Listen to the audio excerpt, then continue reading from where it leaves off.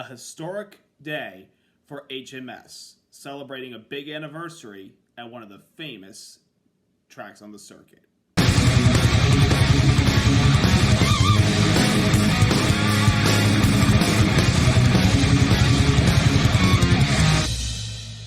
Hey there, race fans. It's Race Day Top 5 with me, Frank 5. Martinsville Speedway, the half-mile of mayhem, the paperclip, the track that's been there since the inception of the sport in the early 1950s, has been a historic track every time we go there for some short track racing. Of course, they're good old-fashioned hot dogs. And this weekend, one of the most historic teams in NASCAR celebrated a big anniversary with one of their drivers coming home with a big win. Let's get into all that went down at Martinsville.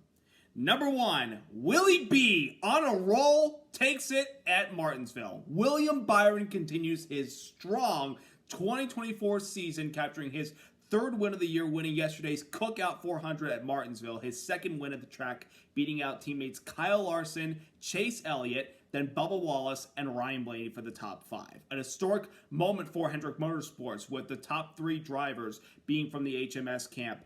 The first ever 1-2-3 finish for an organization at Martinsville Speedway. Pretty historic stuff. William Byron had to fight his way to the front early on in the race. He qualified in the 18th spot, but he was one of the few cars early on in the race that was able to negotiate through the traffic and pass guys, particularly on the outside lane. And he got to the top 10 and just kind of hovered around the 8th spot for the rest of stage 1 and pretty much the entire stage 2. He couldn't really go anywhere. Then by the time we got to the final stage, he gained a few more spots and got inside the top 5 and was starting to kind of hang around with them. But then when we had green flag pit stops, I know, we're at Martinsville, but that was the case for yesterday's race. He was able to pit early in advance ahead of the leaders in front of him. He was the first car to come down pit road, and that paid dividends. You would think, okay, someone's coming in early, but then their tires are going to fade late. Well, for someone than him that comes in early, he gained about a second to the leader who was pitting at the time in Denny Hamlin.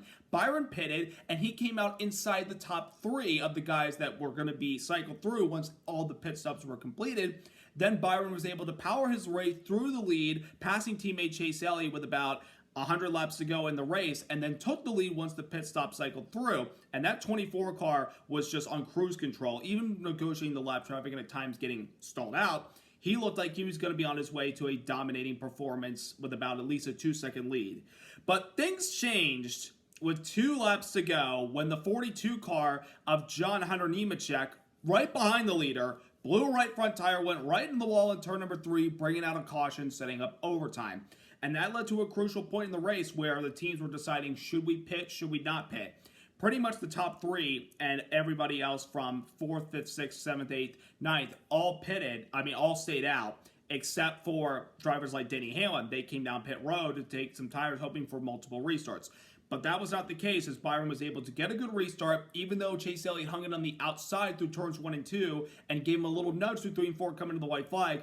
Byron just had good traction off the corners and was able to stretch the lead and hold on to win his 3rd race of the season. I mean, this 24 team, this just seems like their year so far. I know we're early in the season, but we can't deny that William Byron right now might be the best driver in NASCAR with what he's able to do week in and week out, consistently running up at the front, and he's winning all these races. He's the first 3-time winner this season. It seems like it could be him battling against his teammates and some of the Joe Gibbs racing cars. That was the case for a lot of yesterday's race. Byron is just in a completely different zip code compared to everybody else right now. Him and Rudy Fugle, they just got that chemistry down. And having a guy like Jeff Gordon atop the pit box supporting you at a track where he is one of the most successful drivers in NASCAR at Martinsville Speedway, to see Byron get his 2nd win at that track, pretty amazing stuff. I mean, this 24 team was outstanding yesterday. And also, all the Hendrick cars, they were all painted ruby red in honor of 40 years in the sport yesterday, and celebrating the 40-year anniversary of their team's first win. This weekend was a historic moment because this was the track 40 years ago where they got their first win as an organization. Now, back then they were called All-Star Racing, but that was a day also where Mr. Hendrick said, if we do not perform well or win this race in Martinsville, we would be shutting the team down because they were low on funds at the time. But Jeffrey Bodine changed all that by winning that race in 1984, saving Hendrick Motorsports at the time, and they have become a dynasty in the sport. Now, Mr. H unfortunately couldn't be there this weekend because he had leg surgery, but he was able to call in post-race after the race had concluded and talk about the significance of that win yesterday and, just being able to witness history at Martinsville with his organization being the first to have a 1-2-3 finish for an organization at that track. I mean, it was Mr. H, Martinsville means everything to him. Good, obviously, with all the success they've had there, but also the negative, of course, with the plane crash, almost 20 years ago. He lost his son, Ricky Hendrick, his brother, John Hendrick, and many others in that awful plane crash that was en route to Martinsville in 2004. We still honor them and their memories every single day, especially when we go to Martinsville. But it was a big win for William Byron in that 2014 winning that race yesterday, and they're just on a roll this year. So congrats to Willie B in the 2014. Number 2, solid day for the entire Hendrick organization. Obviously, William Byron won the race, but his other 3 teammates had a good day yesterday, with Kyle Larson finishing in 2nd place, Chase Elliott with a 3rd place finish, and Alex Bowman coming away with a nice 8th place run.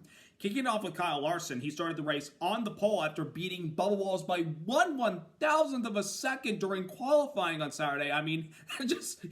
Mere inches. 1,000th of a second was the difference to have Larson on the pole. And from the get-go, he looked to be one of the best cars out there. He just had good pace, especially in the long runs, and obviously clean air plays a big factor into that. He was able to capture stage 1, but then stage 2 happened. He got a little bit in traffic and just kind of hovered around 4th to 5th for the rest of the race until by the time we got to the final stage, he started to become a little bit of a factor inside the top 3 and looked to be settling for 3rd place until that late race yellow. He was able to get a good restart, a good traction on the inside lane on overtime to take 2nd place away from his teammate Elliott. But a nice solid day for the 5 team and Kyle Larson yesterday.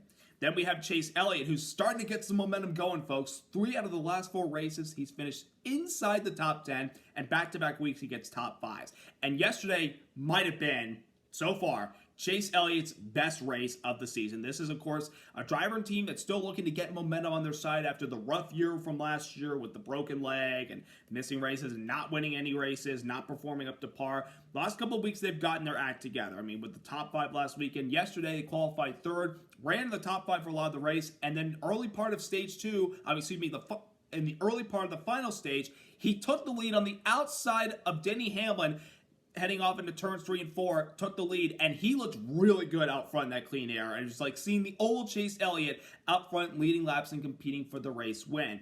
Then he had a nice side-by-side battle with Denny Hamlin for the lead once we got into a long run. He fell back to 2nd, then took the spot back from Hamlin behind everybody else had yet to pit during green flag stops. But then Byron came with a hard charge. I mean, Byron, for one thing, was able to negotiate traffic yesterday better than the 9 car did. But the 9 car still was putting together some solid laps yesterday and looked to be finishing 2nd, but then overtime happened, but he comes away with a 3rd place because he just couldn't get enough traction on the rear tires to negotiate through the corners on the last lap. But still a great run for Chase Elliott. Very happy with the performance that him and the 9 team put together. Hopefully they're starting to get some momentum and they'll be closer and closer and closer to finally getting back to victory lane.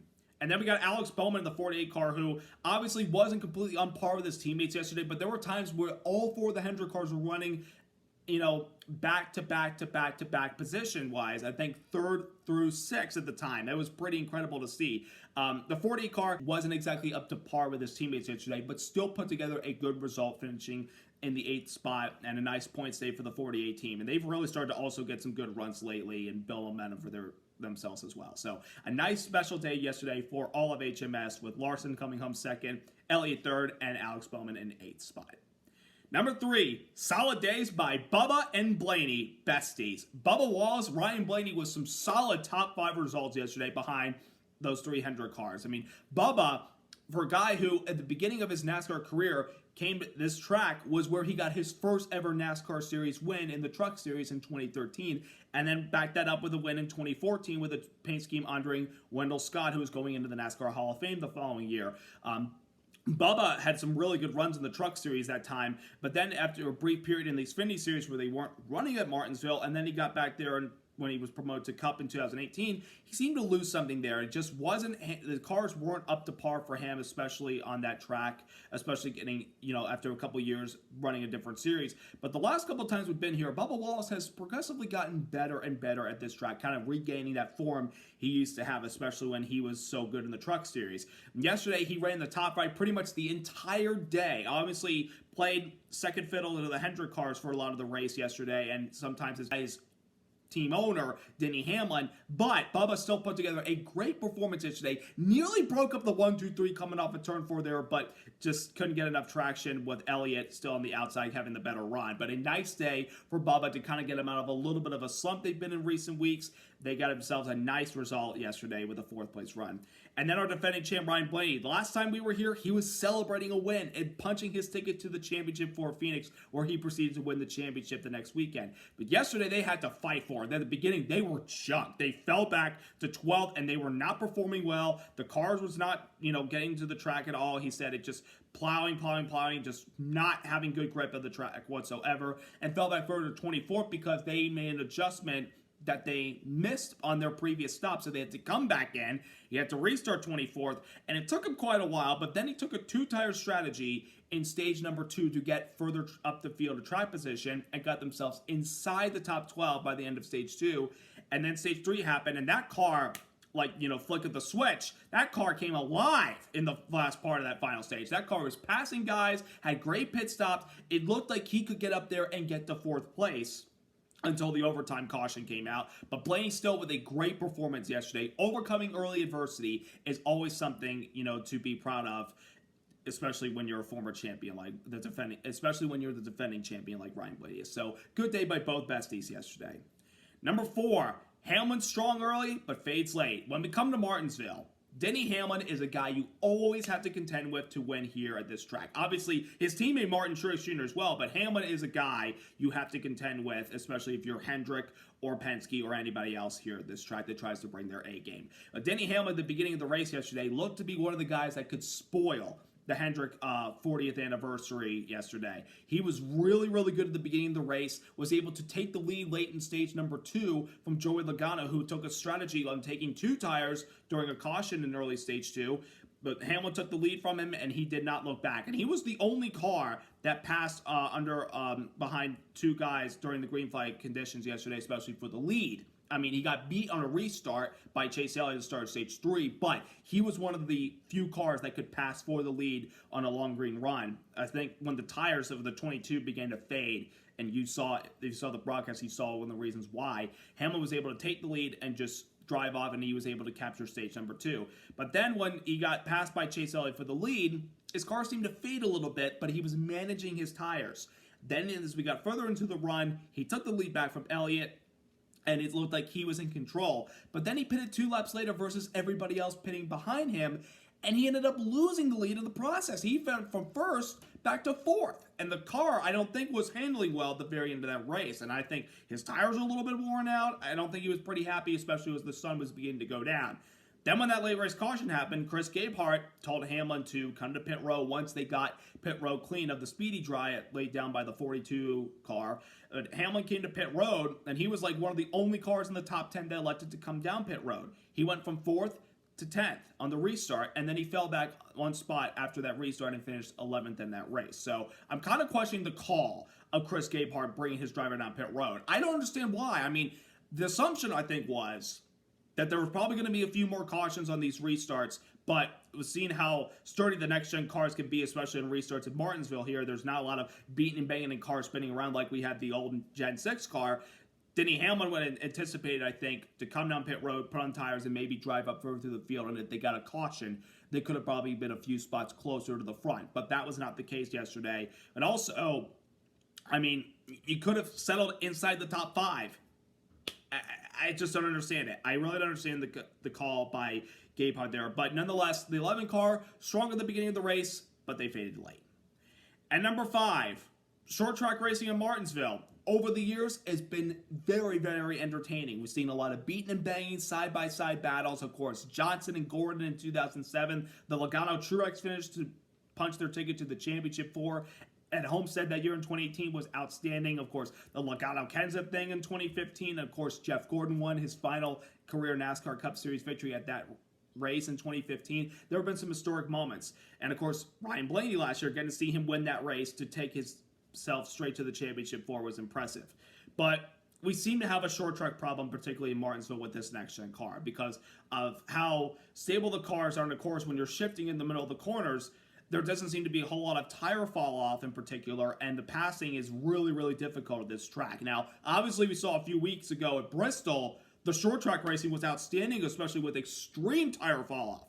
Last week at Richmond, the racing in the rain at the beginning was very entertaining, but as we got, obviously, the track drier, it started to become a little bit more spread out with some tire fall off with management included. But management yesterday was definitely a key factor for some guys to wait until we got into a long run and make advances to the front. But for the most part, unless if your car was handling poorly, there was not a lot of passing yesterday, especially on the long runs. And it kind of bums me out a little bit. I mean, we want more beating and banging on the short tracks with this next-gen car, because this car has saved 1.5 to 2 mile racing, made them very, very entertaining. And they're really, really good on the super speedways as well. Road course racing has, we're only one road course race in, and I'd say the Coda race was pretty decent. But short track racing in particular, like Martinsville, this is a track that everybody wants to come to, like Bristol. But it just didn't have a lot of beating and banging and a lot of tire fall off yesterday. And, it's something that NASCAR is obviously still trying to work. But at what point does somebody put their foot down and say, look, enough is enough. Here's what we got to do.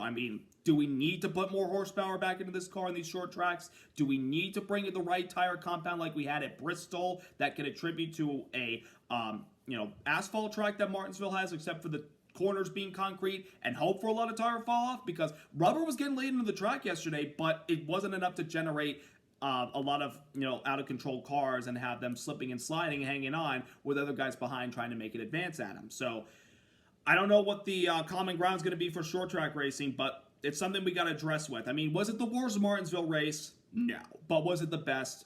No.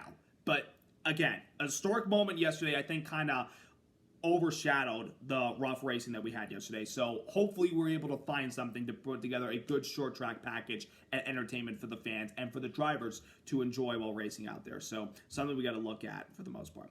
And a quick shout out, obviously, with it being the 40-year anniversary for HMS, with their organization celebrating 40 years and 40 years since their team won their first ever race at this track in 1984. The honorary grand marshals for yesterday's race were Jeff Gordon, who of course is the vice chairman for Hendrick Motorsports and kind of being the lead role for Hendrick Motorsports that day with Mr. H at home recovering from surgery. And we had the guy who won the first ever Hendrick Motorsports race for them at this track in Jeffrey Bodine give the command to start engines with Little Roo Reeves, who's the son of the CEO of Cookout, Mr. John Reeves. So pretty awesome to see those two legends give the command to start engines yesterday. Very, very iconic. And those ruby red cars of the Hendrick Motorsports camp yesterday was so fun to watch. By the way, petition to put Jeffrey Bodine in the NASCAR Hall of Fame. Guys won 18 races and the Daytona 500. I think you can make an argument he deserves to be in there, by the way.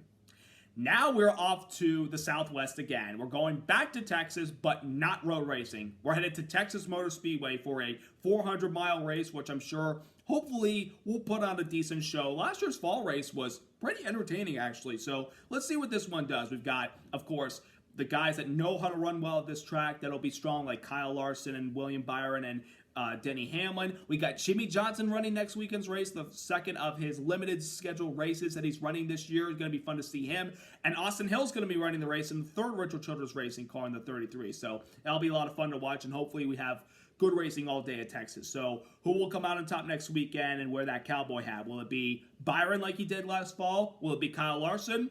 Or will it be somebody from the Toyota or Ford camp?